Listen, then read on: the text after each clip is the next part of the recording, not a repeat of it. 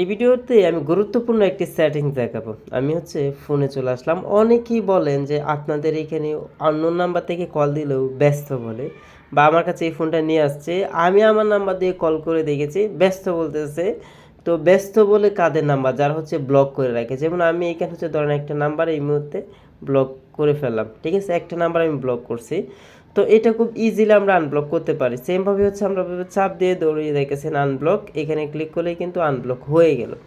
কিন্তু যারা unknown number দিয়ে কল দেয় তাদের এখানেও যেহেতু আপনার ব্যস্ত বলে, তো তারা কীভাবে এটা সলভ করবেন? এখান থেকে আপনারা কন্ট্যাক্টে চলে আসবেন। কন্ট্যাক্টে আসার পর কর্নারের দিকে যে সেটিং দেখতেছেন এখানে ক্লিক করবেন। আপনাদের এখানে থ্রি ডটও থাকতে পারে, এখানে আপনারা ক্লিক করে দিবেন। তারপরে এই যে দেখতেছেন এখানে ব্লক অ্যাড, এখানে আপনারা ক্লিক করবেন। এখানে ক্লিক করার পর দেখেন এখানে কোনো ব্লক লিস্টে কোনো নাম্বার নেই। একটা নাম্বার আমি ব্লক করছিলাম, এটা আবার আনব্লক করে ফেলছি। তো এইখানে দেখেন উপরের দিকে এই যে কন্ট্যাক্ট নাম্বারগুলো আপনি চাইলে ব্লক করে রাখতে পারবেন। তো এইটাও দেখা যাচ্ছে চালু, এটাকে আমরা অফ করে ফেলবো, কারণ কন্ট্যাক্ট নাম্বারে ফোন দিলে মানে আপনার ব্যস্ত বলতো। কিন্তু এই দেখেন আননোন নাম্বার দিয়েও কল দিলে দেখা যাচ্ছে ব্যস্ত বলতেছে, এটা চালু করা, এগুলো আমরা এভাবে অফ করে ফেলবো। ওকে, এখন যে কোনো জায়গা থেকে যে কোনো নাম্বার দিয়ে কল দিলেই কিন্তু এখানে কল চলে আসবে। আশা করি আপনারা এই সেটিংসটা বুঝতে পেরেছেন।